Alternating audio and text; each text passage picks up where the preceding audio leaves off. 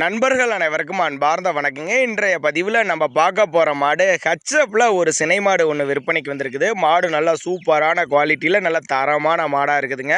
மாடு வந்து 2ஆம் ஈதுன்னு தான் சொல்லியிருக்காங்க. 9 மாதம் சினையாக இருக்குது.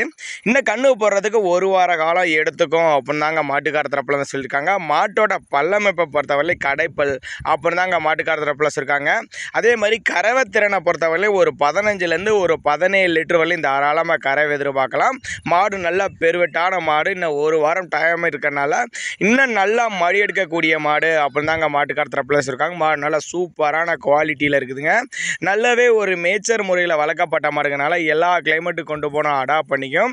மாட்டுக்கு டிரான்ஸ்போர்ட் செய்தி தமிழ்நாடோ கேரளாவோ 2 பக்கமே அரேஞ்ச் பண்ணி கொடுத்துறேன் அப்படின்னு தாங்க மாட்டுக்கார தரப்பில் சொல்லியிருக்காங்க. மாடு இருக்கக்கூடிய இடம்னு பார்த்தீங்கன்னா திருச்சி மாவட்டம் மணப்பாறை அடுத்து வையமட்டி அப்படிங்கிற கிராமத்தில் தான் இருக்குது. நல்ல வெள்ளை கொம்பில் நல்ல சூப்பரான குவாலிட்டி, நெத்தி வெள்ளை கால் வெள்ளையில் நல்லா குதிரையாட்டம் இருக்குது பாருங்கள் மாடு. ஆண் பெண் யார் வேணாலும் பிடிச்சிக்கலாம். தண்ணி தவள் நல்லா அருமையாக எடுத்துக்கூடிய மாடு அப்படின்னு தாங்க மாட்டுக்கார தரப்பில் இருக்காங்க.